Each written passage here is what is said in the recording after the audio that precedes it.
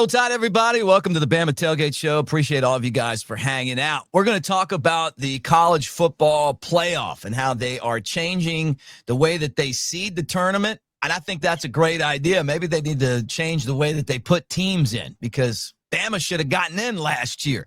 We're going to get into that and more right here on the show today with Shank. I'm Mick. Let's get this thing started. Like, subscribe, thumbs up, Roll Tide. Let's go.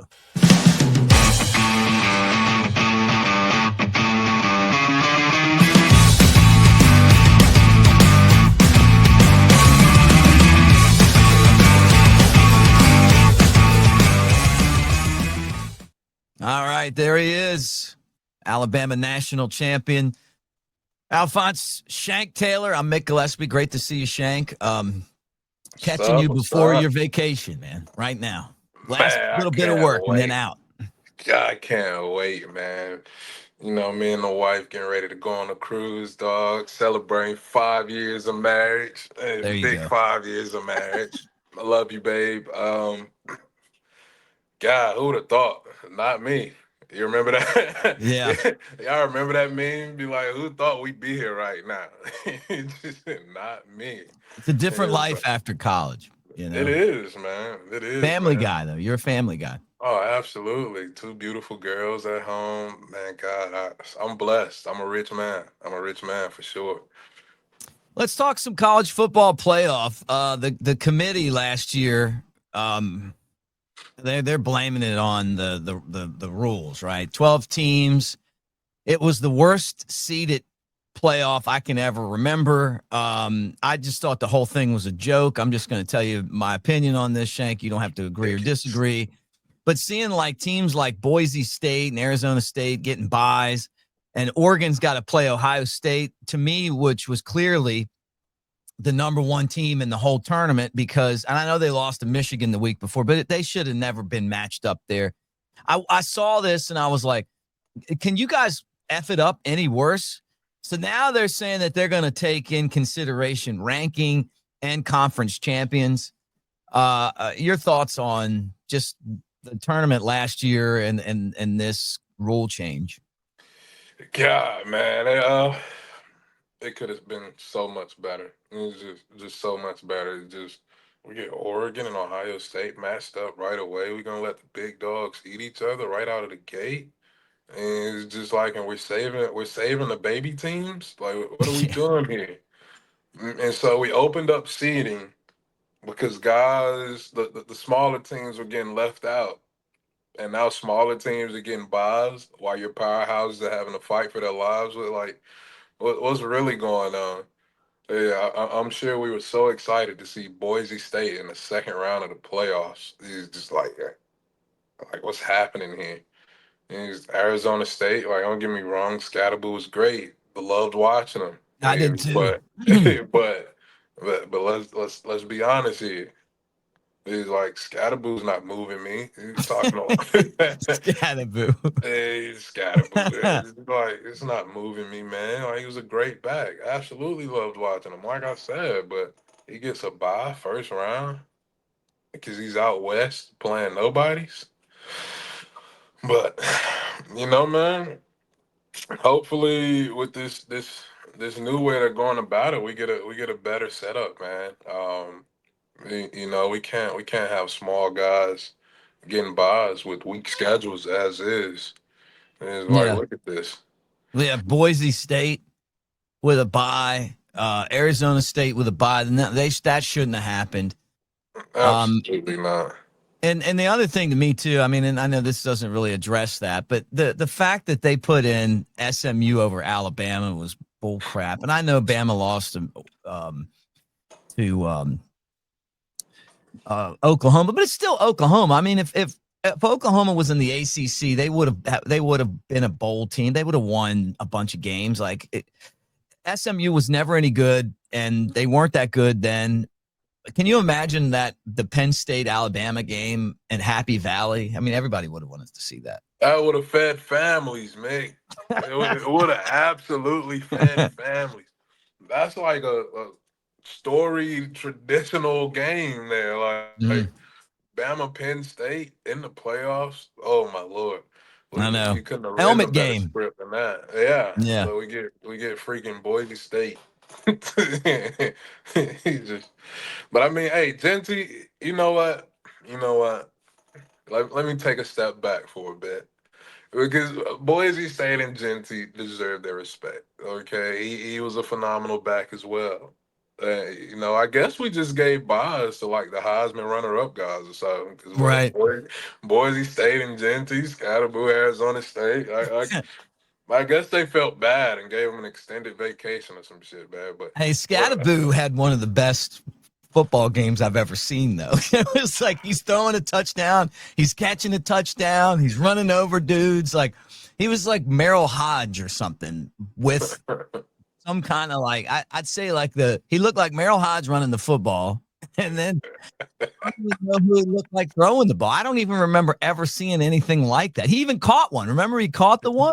He did, but he's really out just playing backyard football. Yeah, that's what it looked like. He was the best player on the team. They just like we're gonna get this motherfucker the ball by any means necessary. It's just He's, like he was easy to spot, but they all just kept losing him. all that shit y'all learned in camp, throw it out. Hey, get the ball to Scatterboo now. The best Did you way ever you play with can. anyone like that before? No, somebody we just absolutely had to get the ball to. It's like somebody that just did a lot of things. I guess like Blake Sims would probably be the closest thing to that, right? I Hey mean, man, nobody compares to Blake Sims. You name me another college quarterback that came back to play scout team QB. yeah, yep. But he was Like receiver, he was running he back. You can know, he do it could have played all. defense. You know, Pure, yeah, pure athlete. Bro's a pure athlete. He's just like one of one. I gotta give my dog his props. He was one of one. You know what I'm saying? Blake Sims did it all. He did it all. But God damn man, just on the field though, I don't know, but I know I'm from Mobile, so being from Mobile, I've seen a lot of high school guys that fit that mold. Because hmm I think back to like Williamson High School, and you got guys like Jared White. You might not even know that name. mm Eh, Absolute legend. You ask anybody in the Mobile and surrounding areas about Jared White, bro played quarterback, punter, receiver, safety. Like could absolutely do it all. One of one. Um, Kadarius Tony is from Mobile. Played Oh yeah, yeah, yeah, he played quarterback at Blunt, right? We yeah, seen what he can do with the ball in his hands. yeah. Um, so yeah, man, that's kind of I feel like that's kind of our staple down here. We got athletes that kind of fit that mold a lot, man. That Right. just absolute freak athletes, and they can make it happen if you get them the ball in their hands. So I've seen a few without a doubt. And shout out to all my Mobile folks. Yeah, throw it out there for all of us down in LA here. So when you saw this committee, the first thing you said was, how does Notre Dame have like we always Yeah. make all these exemptions for Notre Dame, right? It's like, well, we're every conference is doing that, and then Notre Dame automatically just gets in, right? It's just like, so let me get this straight. You're not part of a conference. Your athletic director is part of the college football committee. It's just like, God damn, Notre Dame. Just like, what are we doing here? Is there not some type of conflict of interest? Because we know he's going to vote for what's best for Notre Dame every single time, even if it's not best for college football. So let's, like, how do we get here? How did we come to this decision? That we decided to add that athletic director to the committee of college football playoffs. And it sucks because Notre Dame has been pretty good. They've been really good, and so they need to go to a conference though, man. I'm sick of this shit.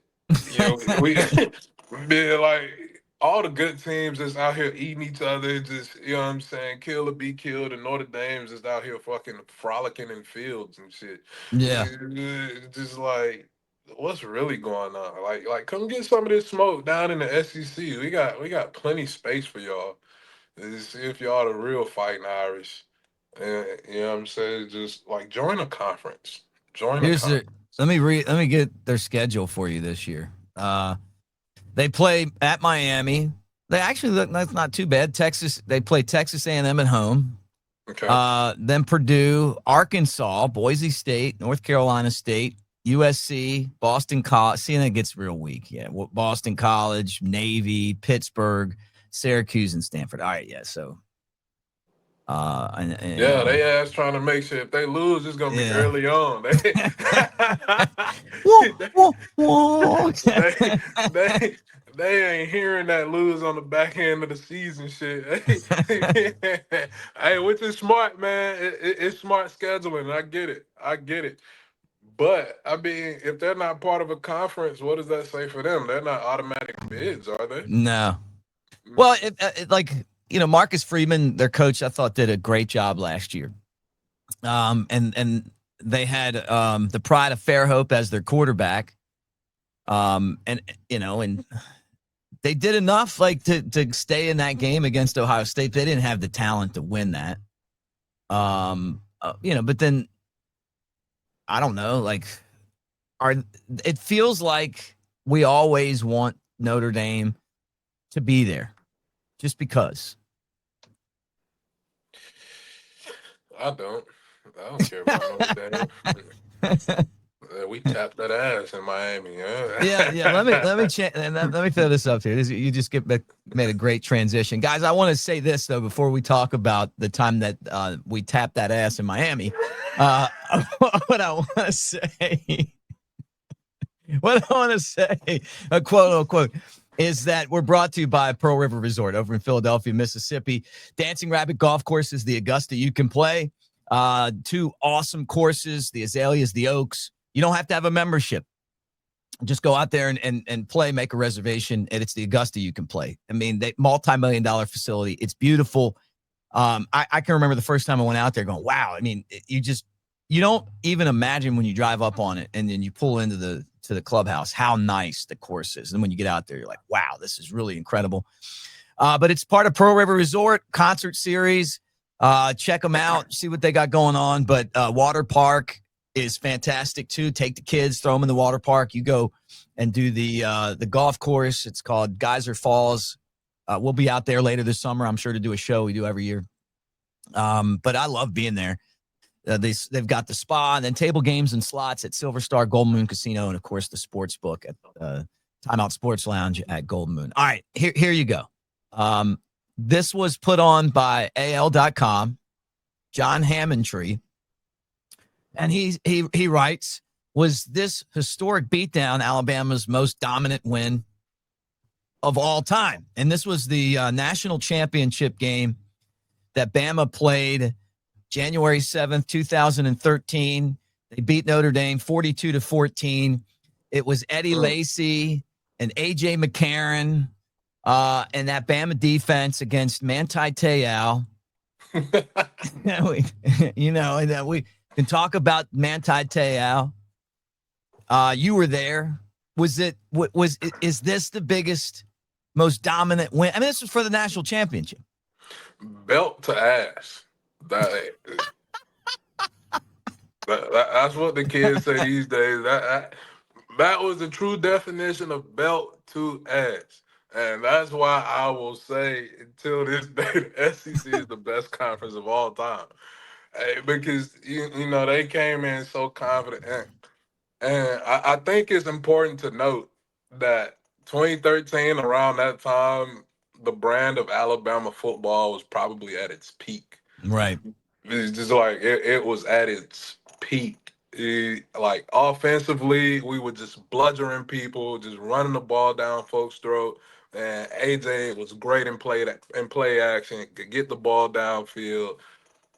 Defensively, we was having our way. I say they were having their way. There's absolutely nothing you could do with that defense at that time, man. And just Notre Dame they just unfortunately for them, man, they were just participants in that game. It wasn't what they signed up for. They weren't expecting what was about to happen. Just because Alabama had a certain type of swagger, a certain type of attitude about them, then a certain type of standard to the program that we were there because we were meant to be there. We weren't there because we dreamed to be there. We weren't just happy to be there. Like they were like the shit that we were going through my first year at Bama, I contemplated quitting football multiple times. Just like the amount of work that went into being Mhm. in that program, Yeah. I wanted to quit multiple times. Like it was legit. Like you went in and you got into that machine, and if you stopped moving, that was the end of you. You could never stop moving, dog. Like you could never stop moving.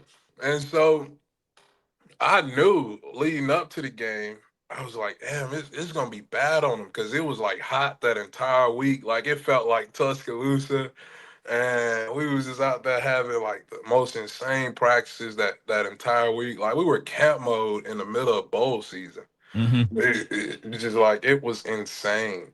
And so when we hit the tunnel and we see Notre Dame, and like we walking past them, they got no juice to them. They just staring, and you could almost like just sense the unease they had about them. And meanwhile, I'm just happy to be there. I'm like, fuck yeah, we in Miami. I'm a freshman, like a national championship game. Like this is why you come to Alabama. And then the game starts, man, and you just like from the very jump, it's just a different feel, like a different type of competition from each sideline. You could just feel we were on their necks from the jump. And without a doubt, Eddie Lacy was probably the best player on the field that game. It was And amazing. be like the best player on the field that game. Because mind you, Manti Te'o is talked about as probably one of the best linebackers in the country at the time, and he couldn't do jack shit with Eddie Lacy. I just remember being on the sideline before that game and kind of wondering, like, I saw Notre Dame come out and I was like, man, they look big. I mean, they had the gold helmets. They were beautiful. And like, they're playing their Pretty. fight song. Dun, dun, dun, dun, dun, dun, dun, dun, dun, dun, dun, dun, dun, dun, dun, dun. I'm like, oh man, this is gonna. I don't know why I'm nervous before every game, which some of you guys love to comment about that. But I mean, like, I lived through some bad years. Okay, I remember when Alabama didn't win all the time. So Yeah, I gotta cut my boy some slack. He's traumatized, man. He been through some stuff. That's I how I feel. have, That's how I feel after this last year. It's just like I kept telling my wife, I was just like, we just lose to fucking Vanderbilt. yeah. Just like Vandy. I was like, what's happening right now? I'm in unfamiliar territory as a Bama fan. God, it hurt too, man. It did. Some of those losses were just like, wow, you And know. that, and that's the thing, man. Those are the type of losses that happen in a coaching transition. Yeah. It's like I don't think he loses to Vandy ever again. Yeah, you kind of called it last year. None of us, including myself, I didn't want to think that was a possibility. Nah, absolutely not, absolutely not. But we got shovel past to death. It's Yeah, just like right. it's like every time they needed a big play, they just went fucking counter shovel. And I'm just like, Jesus. That's a good point too, because that this year they're going to be ready for Vandy. Yeah, I'm so sorry, but they might beat the shit out of Vanderbilt this year. I'm calling it now. Well, the other thing too is like the biggest problem with the team last year to me was just the focus between the big games, which Saban always said the team was going to be focused more for the big games. Yeah.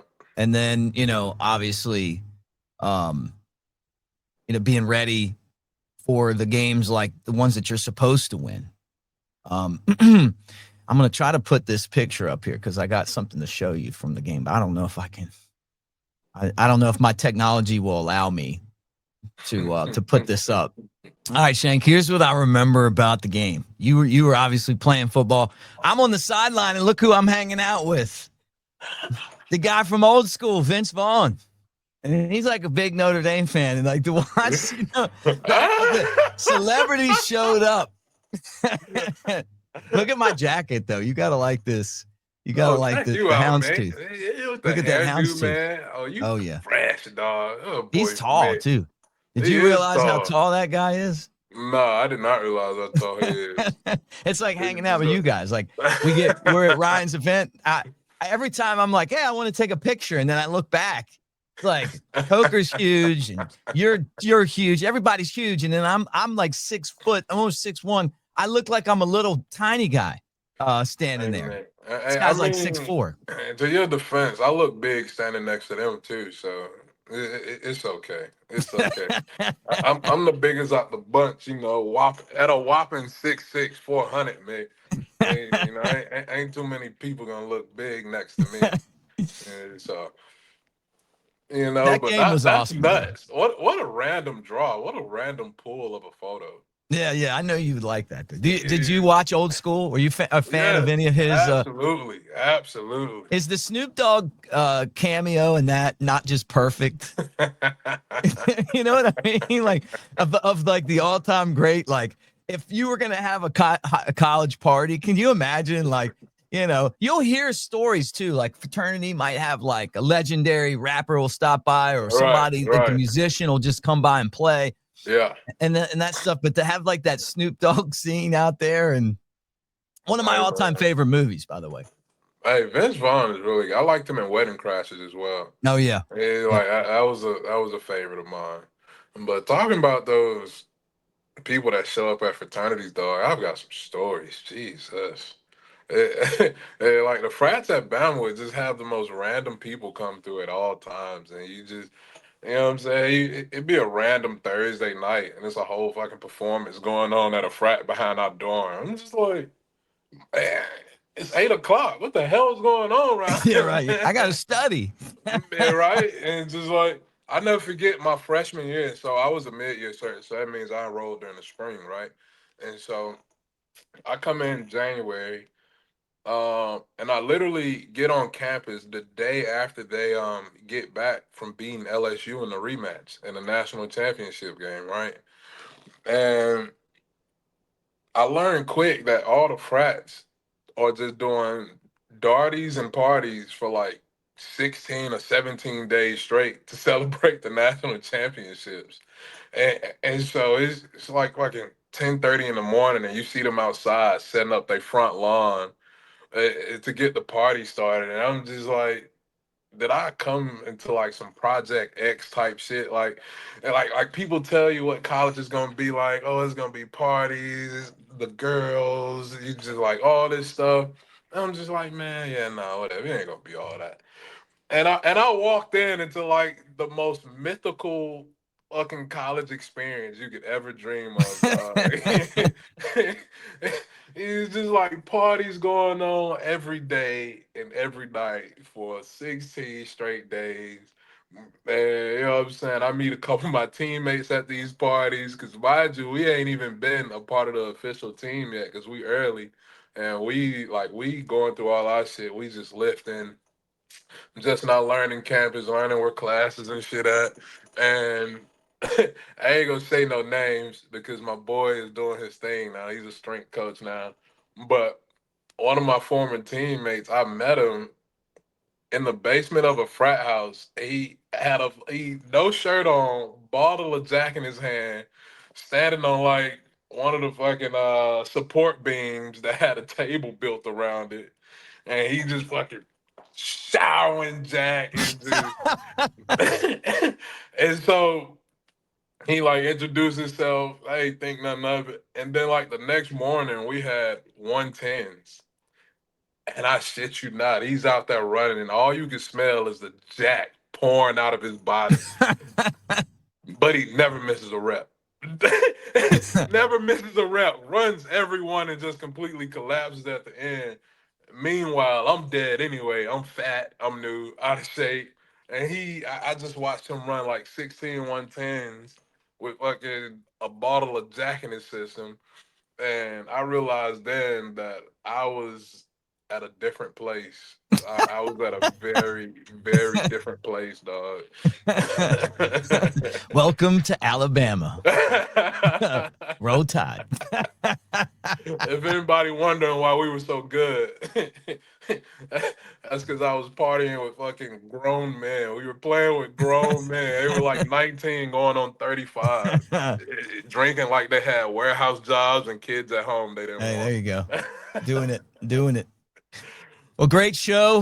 Have an awesome vacation. You guys can take your vacation over to Pearl River Resort. We appreciate them being a part of what we do here every day. And I'm telling you, check out Dancing Rabbit Golf Course. I say it every day. The Augusta you can play. Don't need a membership, but call, make a reservation. The Azaleas, the Oaks, two multi-million-dollar golf courses. When you go, I want to know what you think. Get back in the comment section. Tell me what you guys, your experience was over there. They got everything you need at Pearl River. Shank, always great hanging with you, and we'll do it again soon, guys. Roll Tide.